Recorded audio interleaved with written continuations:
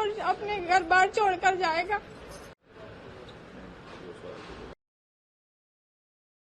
मैं तो ये कहती हूँ भले चाहे धर्म के नाम पे लड़ें, किसी चीज के भी नाम पे लड़ें, उनके लिए वही सजा होनी चाहिए। लड़ाई तो हर जगह ही हो रही है, कहाँ नहीं हो रही, सब जगह ही हो रही है। पर ये चीज गलत है। पर ये चीज तो है ही गलत। मैं तो ये कह रही हूँ सख्ती होनी चाहिए, मतलब सुरक्षा भरपूर होनी चाहिए, तो आगे से मौका ही ना मिले किसी को है। मैं तो यही कहना चाह रही हूँ ना कि सर आगे से मौका ना दिया जाए किसी को, सुरक्षा अपनी ऐसी लेकर चले वही है। लेकिन मैं कहती हूँ हमारे जो रिलेटिव्स है ना, बस उनको अलाउ कर दिया जाए, बाकियों को भले अपना दें। मतलब जो रिलेटिव्स हैं, जिनके बच्चे हैं, मामू चाचा ताए हैं, उनको अलाउ किया जाए।